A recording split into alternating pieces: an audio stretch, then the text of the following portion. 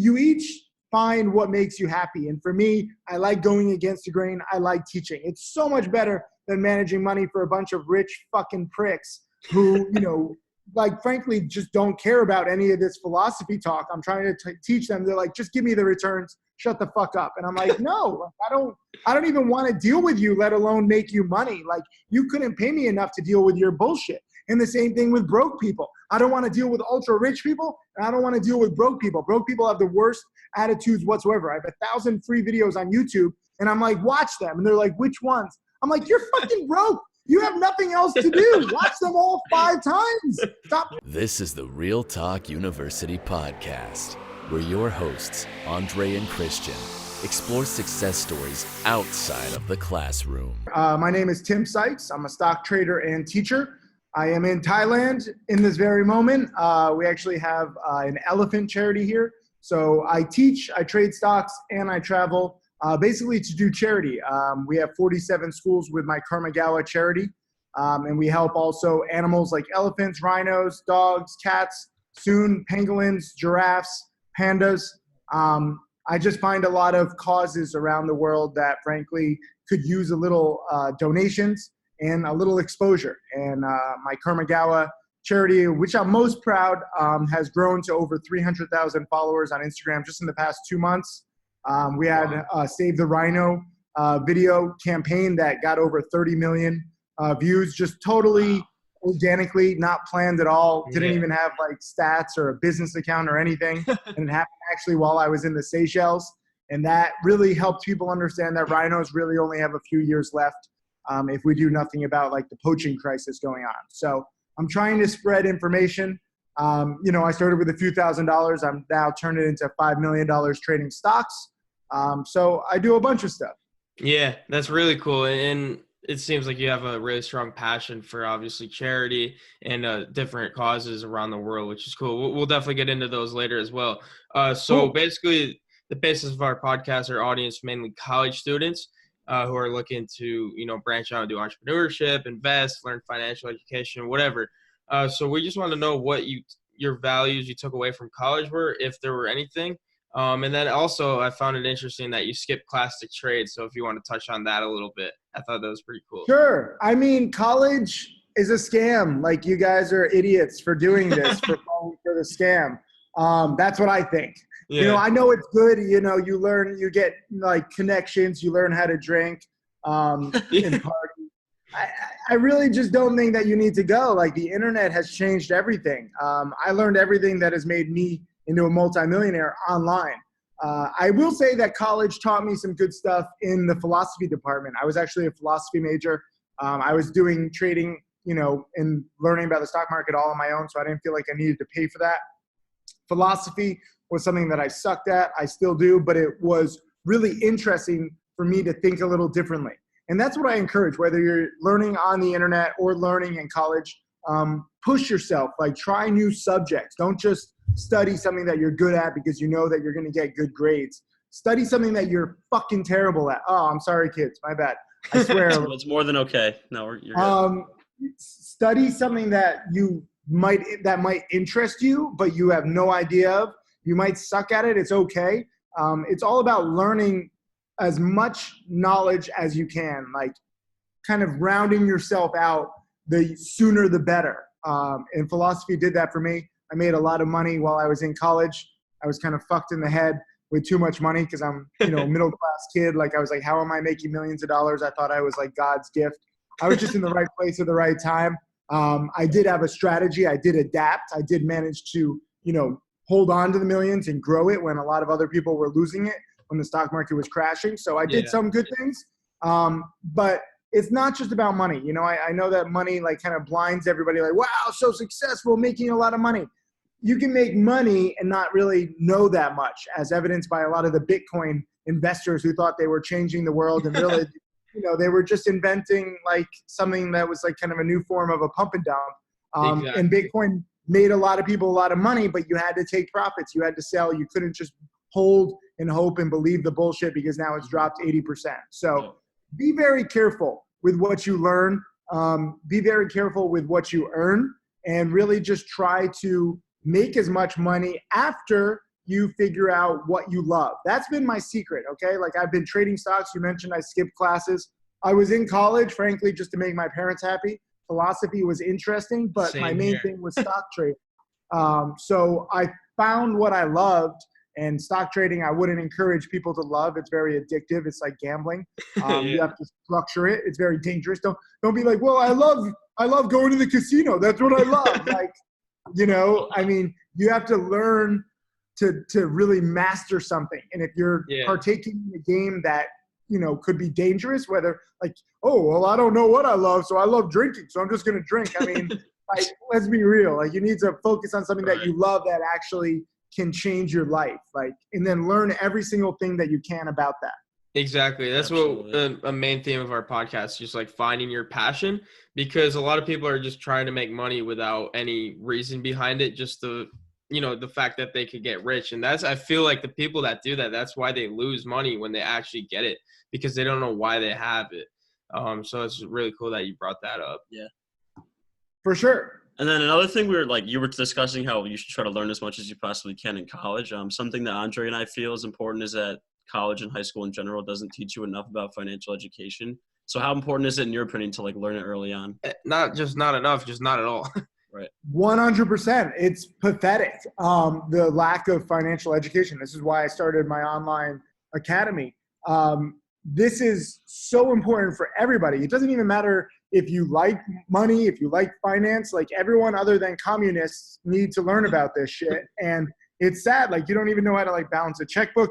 People don't know about investing. Even if it was taught, I can guarantee you that it wouldn't be taught in the right way. Like, most people think, oh, you just have to invest in companies like Apple and, you know, Facebook. Both of those are down 30-40% in the past year. So what about investing, you know, at the right time, like learning about different investments, not just big companies like everyone thinks, or mutual funds that are safe, or even investing at all after a 10-year bull market. You know, we're kind of down for the past few months, and we've been due for that, because this has been arguably one of the greatest decades ever for investors. And a lot of people are saying, wow, this has been such a great decade. Let me invest all right now. And it's like, you have to understand that things move in cycles. So I wish they taught it, but again, even if they did teach it, they would fuck it up and they wouldn't teach it right. So I think it comes down to individuals to learn. No matter who you are, no matter where you are, no matter what your job is, everyone needs money to survive. And so the sooner you learn how to budget, the sooner you learn how to save and grow and invest, so that even when you're sleeping, even when you're not working, like your money can be growing in the background. That's just a lifelong skill that you'll always need.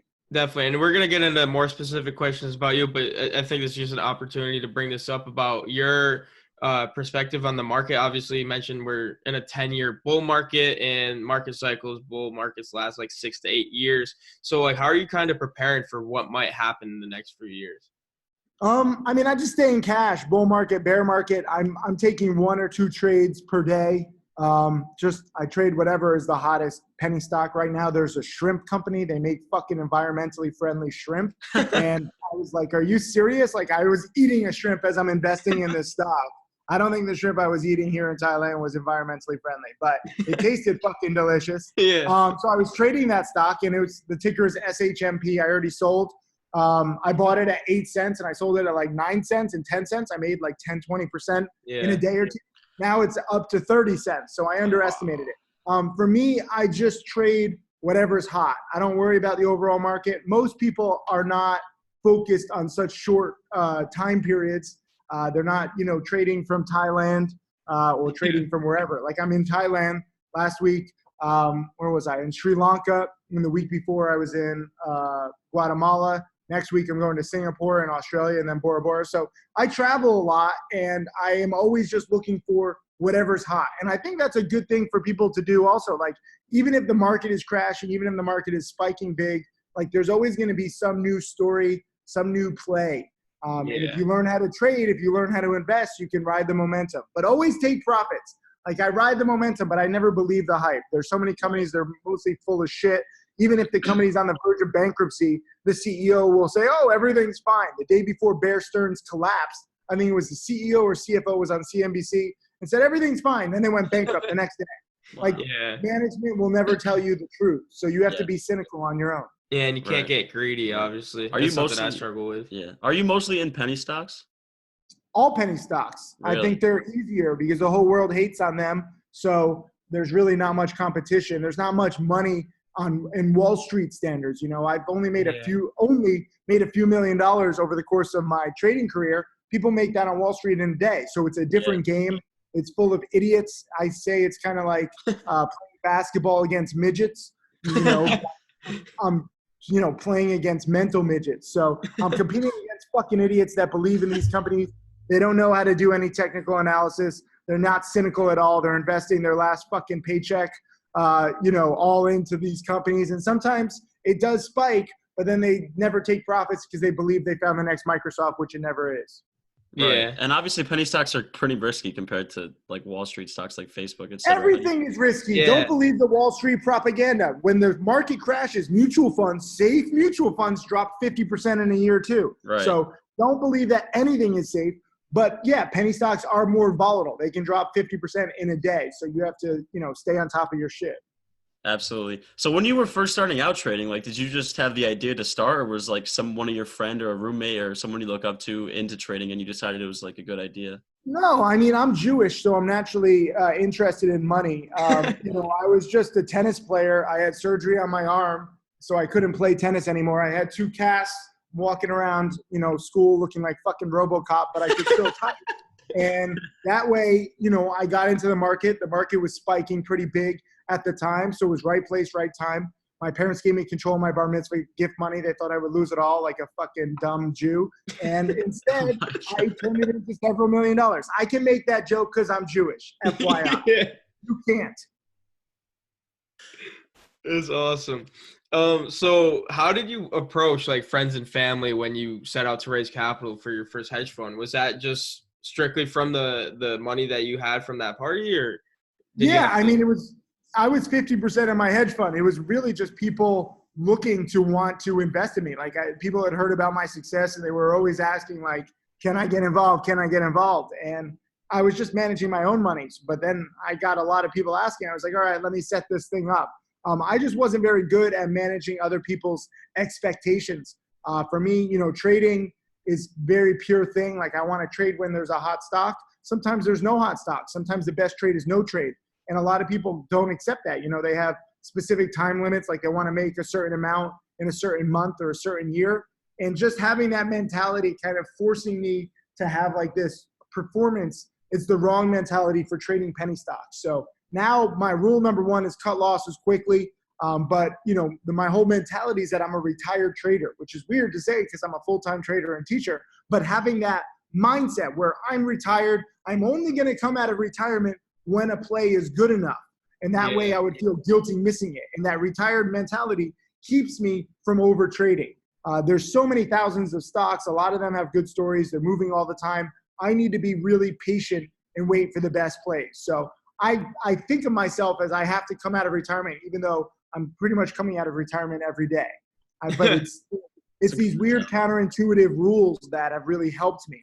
And running a hedge fund, you couldn't do that. You can't say I'm a retired, like what? You're managing my money. Like you're not retired. I'm like, no, it's a mindset thing, but they didn't understand. So I'm better at just managing my own money and teaching. My hedge fund did do 20% for the first 3 years, but I got greedy. I wanted something bigger. I started investing instead of trading. I didn't have my risk management rules down back then. And my hedge fund lost roughly 1/3 in 1 year. So we still finished up overall after 4 years. But when you lose 1/3 in 1 year, and that was when my TV show Wall Street Warriors was hitting. So everyone's like, oh, he got all cocky and he lost big. He couldn't handle the fame. And I'm like, no, I stupidly tried investing instead of trading. I broke my rules. I just didn't know the difference. So, I've had my ups. I've had my downs. There's some articles when I first got started teaching, Reuters. I gave a 4-hour interview. I was like, yeah, she really gets me. And the interview, the title was failed hedge fund manager tries again on the internet. And I was like, that's not what I was going for. But I took it, the haters and the challenges kind of push you. My first millionaire student, Michael Good, wrote a blog post that said Timothy Sykes is full of bullshit. And I was like, what? I'm not full of bullshit. And we went back and forth, 60 comments. He gave me a chance. Now he's made over $2 million. So if you can turn your critics into fans and happy customers, then you're doing something right.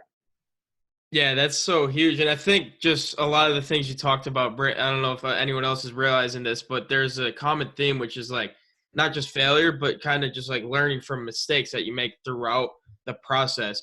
So, like, what's the importance of like failure and just learning as you go? Because obviously, traders, like professional traders, aren't born overnight. And there's a lot of things that you have to experience firsthand to get to the point you're at. Yeah, I mean, I lose a lot. I lose a third of the time. It's all about controlling the losses and managing the risk. Rule number one, like I said, is cut losses quickly. So you'll see on my trading track record, I show every single trade publicly. I lose 1, 2, 3% over and over and over and over again. But my winners are 5, 10, 15, 20%. So I have more winners than losers, and my winners are bigger dollar gains than the losers. So that way, we can keep growing the accounts. Awesome. So from what I've seen in the market and whatnot, most of the successful stock traders have like a niche. So what is your niche if you have one, and how did you find it? Yeah, I mean, I didn't know that I was going to be into penny stocks. Like, I don't think anybody really wants to go into penny stocks. Like, Yeah. I don't know why the fuck I ended up here. But I did well on it. And at first I tried investing and my account really just wasn't growing. So I gravitated towards lower price stocks, stocks that were moving in the volatility. And I really, zeroed in on holding for like a day or two. That's it. And just being real about it. I think that's the biggest thing. Like, you have to be real with, who you are, what you're good at, what you're bad at. Like, I've tried other niches. I'm just not good at it. I'm really good at this niche. I've been in it for 20 years now, so I have a lot of experience. But it's not always the niche that you think. Like, you might have one idea of who you are and what you're good at, and then the stats say something differently. So you have to be really, brutally honest with yourself and very introspective and say, okay, this is what I'm good at. This is my personality. Let me really try to work and master that. And I wasn't great at this in the beginning. I had my winning percentage now is like 70%, but in the beginning it was like 45 or 50%. So I've gotten better over time. And I think that too many people expect perfection and they expect success right away. They forget 90% of traders lose. My top student now has turned 1,500 into 7.6 million, but he made nothing the first 9 months. He was just learning. So there's a huge learning curve in the beginning, but then at year 2, year 3, year 5, year 10, it gets easier. And most people just don't stick with that because they want money and success right away. It doesn't work like that. This is a marathon, not a sprint. That's incredible, though. I mean, 1,500 into millions, like, that's just hopeful for people like us who don't have 100 grand to throw into a portfolio. I mean, but he also lost his first 1,500. Right. So he blew up, and then he re-upped with another 1,500, and then now he's successful. But it took him a while, and it wasn't just one strategy. He's adapted. Right. I mean, Andre and I have traded, I don't know if you're familiar with, obviously you are, but Forex, like foreign exchange, we've been trading that for a while, and it's not going so well at first, but we're trying to hang around in it, maybe get into penny stocks. 5 out of 6 Forex traders blow up in the first 6 months. So enjoy those stats. Have fun. That was us. Forex for me is just like the richest, smartest people in the world you're competing against. Like, you're trying to basically guess something where you have very low odds. I'm competing against fucking idiots who believe that these pump and dumps are real companies. So you choose who your competition is. You guys like trading against George Soros? I'm competing against somebody like who's born out of incest in Kentucky and doesn't know how to like even fucking read, and he's investing glass money because he got like a promotional email that tells him to buy some fucking gold stock down in Colombia. No, it's true. Yeah. So do you think Whatever do you think it's hard to make, I don't know if you have experience with this, like hard to make the transition from Forex to what you do, or? I mean, you can trade anything and you just start to see different patterns and you see what's easier. Like, penny stocks were just easier because the whole world hates on them, therein lies the opportunity. Like, with big stocks, if Google or some big company announces some news, that meaningful news, like, it's all over the news wires, it's all over the media, it's all over social media within seconds. Yeah. So you have most traders who are like obsessed with breaking news, and they're kind of like addicts and slaves to figuring out breaking news. Penny stocks, a lot of the stocks move the biggest on day 2 or day 3 after the news because the news doesn't spread very fast and it takes a while. So anything meaningful, it doesn't even budge. Like, most of the time I'm too early. Like on that shrimp stock, I was too early when they announced it. I took my 10, 20% profits, then it's a 300% profit in the next week. I was buying LBUY, which is a weed stock. On the first green day, they had some good earnings, and I bought it. I made 10%. I was like, oh, that was kind of disappointing. 3 days later, the stock had doubled. So I personally don't have enough patience sometimes, but that's the opportunity. It's pretty crazy that I keep hitting singles when I could take doubles or triples or even home runs, but singles win the game in the end for me. Right. So how hard is it to like battle emotions? Because like if your stock starts going down a little bit, you're like, oh, keep in it, get out, go back to even, but then it just keeps tanking. Or the opposite, like if it's skyrocketing, like you want to stay in, but then it goes back down to zero. No, this is a game of discipline. So rule number 1 is cut losses quickly. You cannot just hold and hope. Sometimes I cut my losses and then the stock comes back and I shouldn't have taken the losses. And some people are like, ha, Sykes, you took a loss, I took a gain. And I'm like, fuck yourself. Like, I don't care if you do that same trade 10 times, 20 times, 50 times, 100 times. Like any one trade doesn't matter. It's how can you develop some kind of discipline, some kind of risk management. So for me, cutting losses quickly, I don't let small mistakes turn into potential big disasters ever. And I've gotten very good at that in the past 2-3 years. It helps being fully transparent. I have all these students looking up to me. I don't want to look like a fucking idiot. So if I do a fucking idiot thing, like I have 1,000 people pounce on me, I don't want that. So this is why I love social media. And I think that we should all share more about our finances and about our strategies online so that, you know, we create this dialogue and you kind of create this community that holds you responsible. A lot of gamblers, a lot of degenerates, like in their mind, they might think they're successful, but it's like a disease. And if you actually look at your numbers in your bank account, you're not successful. So for me, I want to share everything. I want to teach people, but I'm also using my community to help me be better, like hold myself accountable for my actions. Yeah, and I just had this crazy thought. I think that, like you mentioned, you're transparent with your wins and losses. So I think that part of the learning curve is understanding that you have to be disciplined. You have to cut your losses quick. You have to take your profit, you know, when the time is appropriate. So I think that the fact that a lot of these people and traders out there are only showing their wins, like kind of has a negative effect on these beginner traders because they're not willing to cut losses and they don't actually understand what's going on behind the scenes. And I think that's why a lot of your students are so successful, because they get to see an exact report of what you're doing, what you're going through, and all that kind of stuff. Yeah, I mean, again, it comes down to brutal honesty. You got to be honest with yourself and ideally honest with people on the internet. There's a lot of fly-by-night people who claim to revolutionize everything and like it's too good to be true. For me, I don't trust any trader who doesn't show every single trade. It's not just about how much they make. Like there's a lot of traders on Twitter and they're like, here's a screenshot, look how much I made. But how much did you risk? You know, I don't give a shit if you made $100,000 and you risked $700,000. Or, you know, you had a big loss of 50,000, you didn't take it and somehow it turned around. Like the average person can't do what you're doing. And so for me, I trade with a $12,000 account. I go back to my $12,000. I trade with a small account in order to teach. I made $632 yesterday. The day before I made about $486. The day before I lost like $50. And people think it's funny. Like I'm on these panels with billionaires and people that are really, you know, rich. And I'm like, I made $500 yesterday. And they look at me, they like laugh.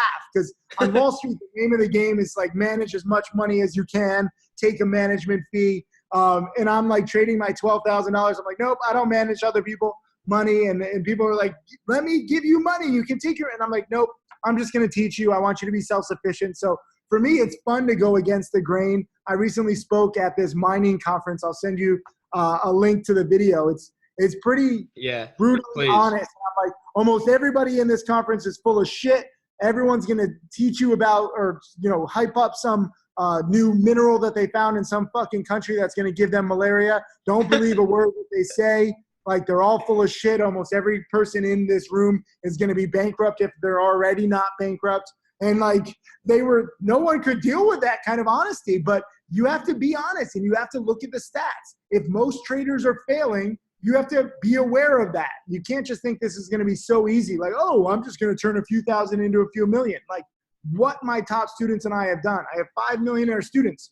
Most of us began with just a few $1,000s. What we've done is seemingly impossible until you break down the process. You see every single trade, thousands and thousands and thousands of trades, some good, some bad. But again, growing the account more, learning over time, refining. My top student, like I said, has made over 7 million.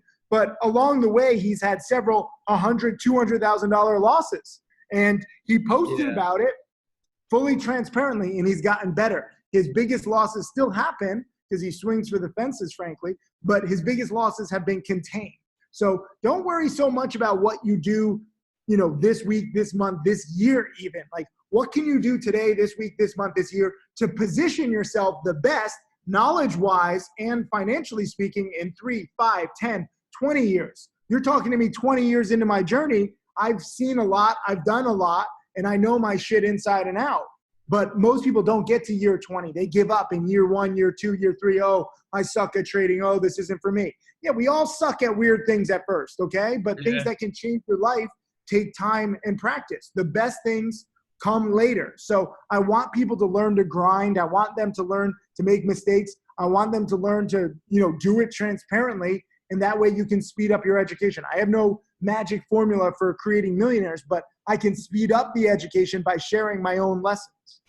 I love that though. Like, I don't get why people shame you for making $500 in a day, because you're helping the average man out. Like, every guy in that room is built for people with $1 million to invest. Like, you're the guy that's helping out common people. Like, I love that. You have to understand, I like pissing people off. I like getting them to think differently, being like, what? Like, they're all wearing suits. I don't even own a fucking suit. I'm traveling carry-on all over the world. I fucking love it, you know? Like, you each find what makes you happy. And for me, I like going against the grain. I like teaching. It's so much better than managing money for a bunch of rich fucking pricks who, you know, like, frankly, just don't care about any of this philosophy talk. I'm trying to teach them. They're like, just give me the returns. Shut the fuck up. And I'm like, no, I don't even want to deal with you, let alone make you money. Like, you couldn't pay me enough to deal with your bullshit. And the same thing with broke people. I don't want to deal with ultra rich people, and I don't want to deal with broke people. Broke people have the worst attitudes whatsoever. I have 1,000 free videos on YouTube, and I'm like, watch them. And they're like, which ones?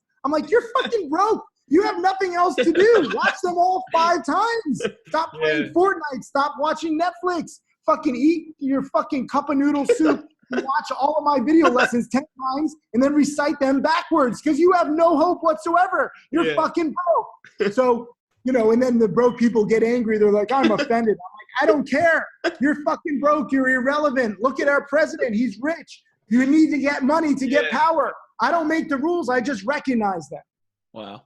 That's awesome. I love the brutal honesty there, really. You have to be brutally honest. And so the broke people always make excuses. I'm like, listen, whoa. Like, you can be broke or lazy. You can't be both. So choose one. Yeah, and I think it's even more frustrating now, like the broke and lazy people, is because there's so much opportunity for literally anyone to create wealth, like in the stupidest ways possible. And learning in any way possible. Like, we have this opportunity. You guys, where are you? In Bumblefuck, New York? It starts with a B, actually. It's called Binghamton, if you could say that. I don't know. Binghamton? I've been to Binghamton. I've been to upstate Binghamton, Bumblefuck, New York. And my freshman roommate was actually from East Binghamton, Mike Morley. Wow. Mike Morley represent. And, you know, I think it's amazing that we can even have this conversation. I'm in Thailand. This just shows like that the world has changed technology-wise and education-wise, and it's stupid that more people don't take advantage of it. Right. So in terms of trading, I mean, do you usually trade like in terms of fundamentals, or do you use technical analysis when you analyze? I mean, there's not many fundamentals in the companies that I trade. Like, they all have pie-in-the-sky predictions and like 1 or 2 products. So it's mostly technical analysis, but I do the digging too because I want to see the ugly financials. I want to see the conflicts of interest with the management. I want to see when the restricted shares become unrestricted and where the warrants are. The penny stock game is mainly about small companies lying and hyping themselves up enough so that their stock goes up so they can raise money. And then with that money, they either pay their executives too much and the executives pretend to be successful in front of their families even though they're not, or they can raise money to actually try to be successful, even though there's like a 99% likelihood that they're going to fail. There have been a few penny stocks that have made it. So it's not like all of them, but it's like finding a diamond in the rough. For me, I like going with the odds. So I just expect that every single penny stock will fail as a company. I expect that every single CEO is lying to me. I expect the worst out of everybody, and I'm never surprised. Exactly, yeah. Wow. And I think that's why penny stocks get such a bad rep, is because people are trying to actually like invest in them long term rather than taking advantage of the movements that happen every day. I mean, you're expecting the world in these junkers. It's no different than going to like the racetrack and betting on the 50-1 long shot and expecting them to win every single time. That's like, so funny. We don't. That's what it is. Yeah. I was just talking to him about before. I'm from like Albany, so I go to Saratoga Racecourse and I bet on like a 55-1 horse in the cash, and I was like the happiest guy. But Hey, listen, it's fun when you win. Don't get me wrong, but that's not a strategy that is consistent that can get you well. I like winning like the jackpot every now and then, but for me, again, the way that I've made my wealth, the way that my top students have made their wealth is predictable patterns, single after single after single. Every now and then you can get a little more aggressive, especially later on when you have a cushion. But in the beginning, if you have a $5,000 account or $10,000 account, figure out a strategy where you can make $100, $200, $300 in a day. It can add up. And while most of Wall Street looks down on $100, $200, $300 a day, that's what I've done. And then I just, grow my account over time. Exactly. Yeah. So when you were first starting out with such a small account, I mean, what was your like earliest trading strategy? When I first started, I didn't know about penny stocks. I didn't know about trading. I just invested in like the Boston Celtics, Viacom, and Supercuts were my first 3 stocks. And after 3 months, like my $12,000 was like $11,900. And I was like, what the fuck? Like, this is the stock market? So I started gravitating towards lower price stocks. This was back in 1998, 99. The stock market's going crazy. Internet stocks are going crazy. So I invested in some of these bullshit internet companies, and I valued just their volatility. Net Taxi was one of them. And they were like an early wannabe, I guess back then it was GeoCities and MySpace and Friendster. They're early Facebooks, early Instagram, early social networks. And they were valued so highly. But I was like, well, everything's valued so highly so they can keep going. So I was just buying momentum stocks, buying stocks as they broke out to new highs, and taking profits along the way. Usually always selling too soon. One of my first successful strategies, which was actually amazing because it just came around in the past year again, but back in 99, companies would add .com to their name. So I bought like Sportsman's Guide. They're a camping company, and they changed their name to sportsmansguide.com. And the stock tripled over 4 days because, wow you're going to sell camping gear online. Is this .io now? Is that what it changed to? What? .io is like this was back in 1999. I mean, it was just sportsmansguide.com. And now in the past year, in 2 years really, a lot of companies got into Bitcoin and cryptocurrency, and their stocks did the same exact tripling over the course of a week. It was the exact same pattern. And I was like, this is stupid. It's not even going to last, but I'm going to ride it. And I used the same strategy, literally roughly 20 years later. Wow. So how long did it take you to find your repeatable strategy? Because I think that's probably like the most important thing, is to find a strategy that you can repeat over time. There's different strategies, and you adapt in different markets. Back in 99, I was buying the .coms, for example. I was also saw this pattern. I didn't understand it at the time. It's actually kind of funny to look back, but a lot of these penny stocks would close very strongly into the market close at 4 p.m. Eastern. And so I would buy at 3:50 p.m. Eastern, 3:55 p.m. Eastern, buy the stock as it's closing strong, because then it would gap up the next day, 5, 10, 20%.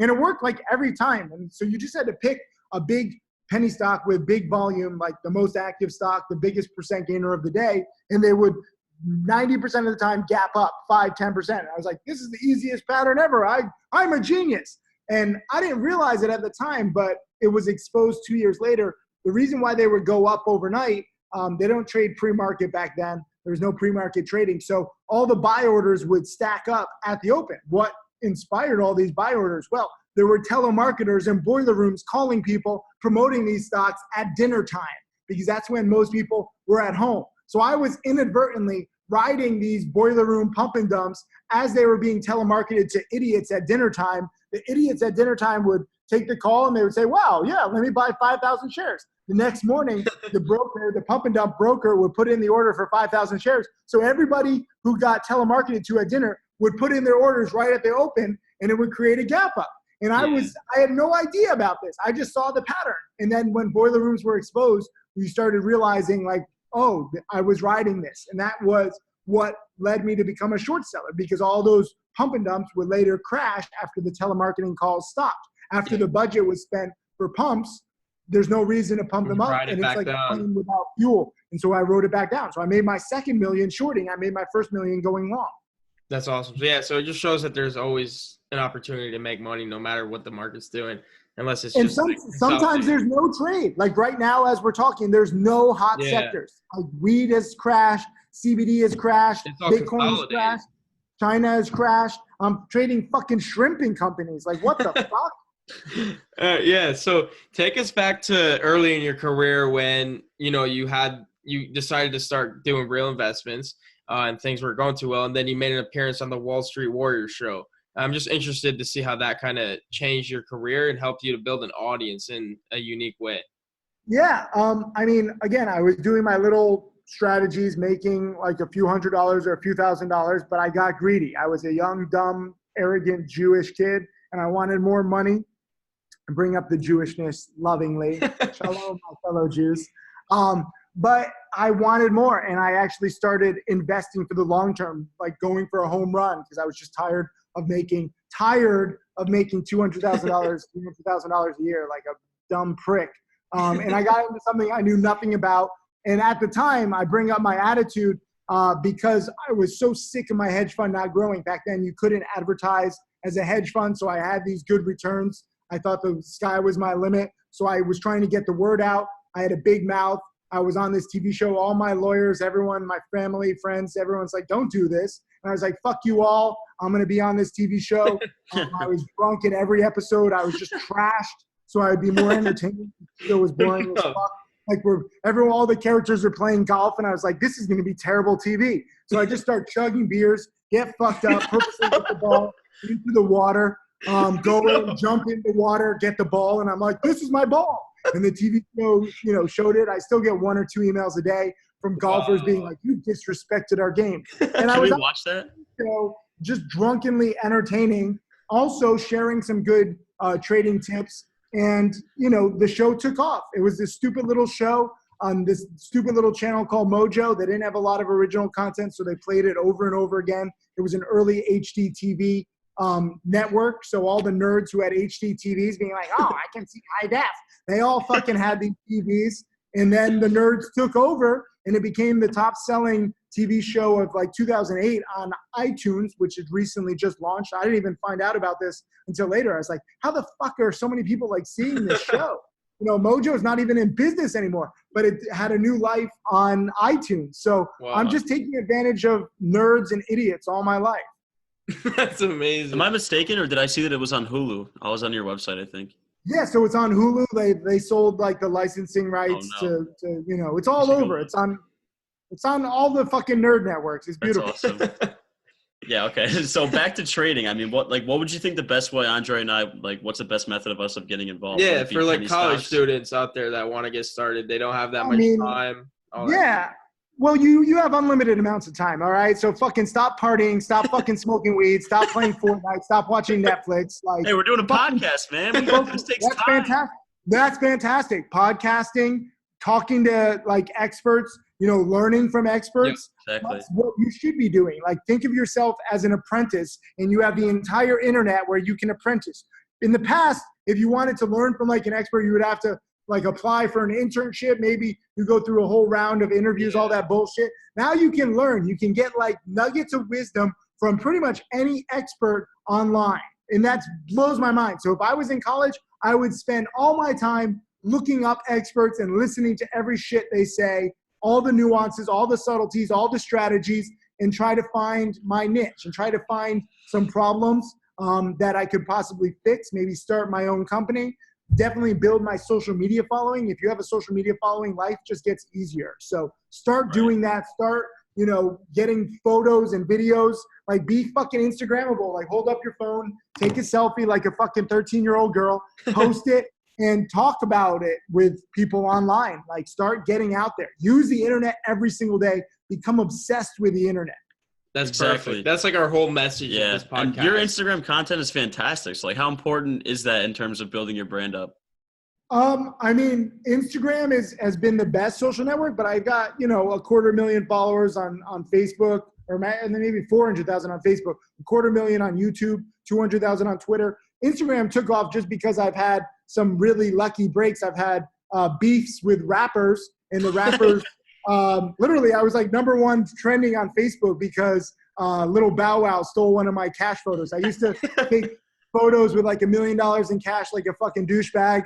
I would go to the bank and take out $1 million and take photos with it. And then Little Bow Wow once upon a time stole it. You can type in like Little Bow Wow, Tim Sykes. And I called him out. I was like, Little Bow Wow, why are you stealing my cash photo? Like, I'll teach you about the stock market so you can have your own money too. And I signed it Little Juju. He didn't like that. And, you know, and Facebook trending was like, stock trader calls out rapper. This was before the Bow Wow challenge. And he was later proven to be, you know, even more fake than I realized with the Bow Wow challenge. But at the time, I was like just having fun with it. And he did a whole post. He was like, yo, everybody go attack this motherfucker, Timothy Sykes. And he linked my name in a post. And he did a whole post about me. And I was like, oh, shit, everyone's going to attack me. But attacking on Instagram means that everyone goes to your feed and they type in little L's and little snakes. And so I'm looking at my phone and I have this whole feed of like little snakes. And I was like, what the fuck? And at first I thought it was just laughable, but aside from every little snake, there was also a new follow. And I gained about 300,000 followers in a week. And then, you know, just spiraled because then I got boosted in Instagram algorithms. Then I got in another beef with another rapper who stole my cash photo, got on TMZ, got another 200,000 followers. So for me, I was very fortunate to frankly have people steal my photos. But then again, I was taking photos with $1 million in cash. So I had pretty unique content. Like you can still see these cash photos. Like I spell my name Sykes in $10,000 stacks on my bed. I'm trying different stuff. You know, I like to fuck with people. Now I post a lot of charity stuff, and charity was performing the worst. Like everyone's like, yeah, just do charity anonymously. Why do you have to talk about it? I'm like, well, these charities need fucking exposure. But then the Save the Rhino video that we did, 2-3 months ago actually went viral because most people don't realize that rhinos only have 5 years left. So we made charity cool. My partner Matt on Karmagawa and I, and that's blowing up. So now pretty much anything that you put a lot of time into, you can figure out the nuances and try to be successful at it. Right. Yeah. There's just no such thing as bad publicity, basically. How come? Yeah. When you went if you're real, there's bad publicity if you're fake. So there's a lot of Instagram people who are fake, a lot of internet marketers who are fake. If they get bad publicity, they're basically exposed. For me, because I know I'm real, I can take the criticism. I welcome people to criticize me. People criticize my hair, my swearing, my cars, my tweets, every little thing, but they never really criticize my stock trading rules. And I always bring that up. And I'm like, well, why don't my rules agree with you? And there's silence. There's deafening silence because what I teach is good. All this other shit is just to get, you know, some notice for what I actually do, which is teach. Yeah. Just a little side note. I was going to say this before, but I didn't want to cut you off. Like, what did the bank say? Did they like call the IRS? Like, this dude, Tim, just took out $1 million in cash when in reality, you're just taking a picture of it. Like, so you have to set it up ahead of time. We did it a few times with the banks. Business Insider actually followed me one time because people thought I was like posting fake cash. Like some of my haters are like, you can buy a fake stack of $1 million for $300 on eBay. And he's like linking eBay. And so I had Business Insider follow me to the bank. We took out, my dad and I, took out $1 million. We can't do it anymore. The banks don't allow it because I think every internet marketer then wanted to fucking do it. But it was my money. And when it's your own money, you can take it. They charge me like $2. It's like an ATM fee. Wow. Like it's hilarious. But we set it up early. We went into the bank. Go to type in like Tim Sykes, $1 million, Business Insider. You can see a whole video. And the reporter was just like, what the fuck? Like his money isn't insured. If I fall down a hole, if the money goes missing, like it's gone. Yeah. There's no insurance whatsoever. Oh my God. It's a big insurance risk. Yeah. But for me, I made my dad and I, we put it in backpacks. And I made my dad and I do a lap around Times Square. And I was like, no one knows what's in these backpacks. So it's like kind of like walking around like naked, but like no one knows it. And it was cool. It was empowering. And he's freaking out. He's like sweating. He's like, enough. Oh my God. That's so I don't know if you've seen Ozark, but in the first episode, Jason Bateman takes out like $8 million in cash from the bank. It was like, and then he gave the whole spiel. He's exactly. Like, except that he's like dealing with like sketchy stuff. I earn this money rightly. I pay my taxes. It's not embezzled. That's why it's funny. Like when you put it into cash, and it's actually good. One of the greatest traders of all time, Jesse Livermore, used to take out his cash every year at year end and just look at it because he wanted to see what he was playing with. It makes it more real. Yeah, That's so cool. Actually, that's it's so definitely interesting. true. Like with the internet, if you just look at a number on like a PayPal balance, you're like, oh, this is just doesn't feel like as real as it actually I is. also think that hurts your losses more too, because like at some point you start to like it takes away from the actual value of what that money is.